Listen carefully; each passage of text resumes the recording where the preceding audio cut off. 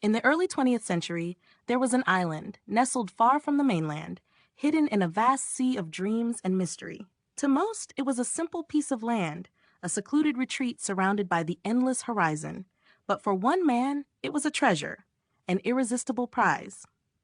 His name was John Barrett, a wealthy industrialist who believed that money could buy anything, even the most elusive of desires. The island had been on the market for years, and when it was finally sold, it was Barrett who sealed the deal. It seemed like the perfect escape: lush forests, crystal clear waters, a private paradise. He could already imagine the grand estate he would build, the endless summers spent in solitude.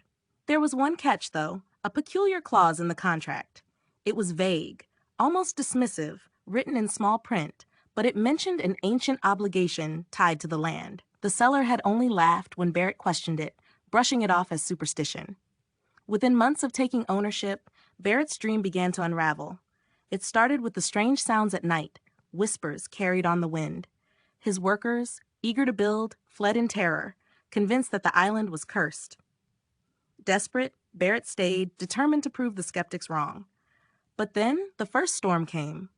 A fierce tempest, unlike anything the island had ever seen, battered his new estate. It was as if the very land was rejecting him.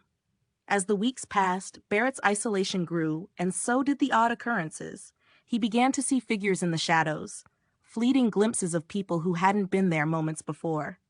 The island seemed alive with its own ancient rhythm, like it was trying to tell him something, trying to push him away.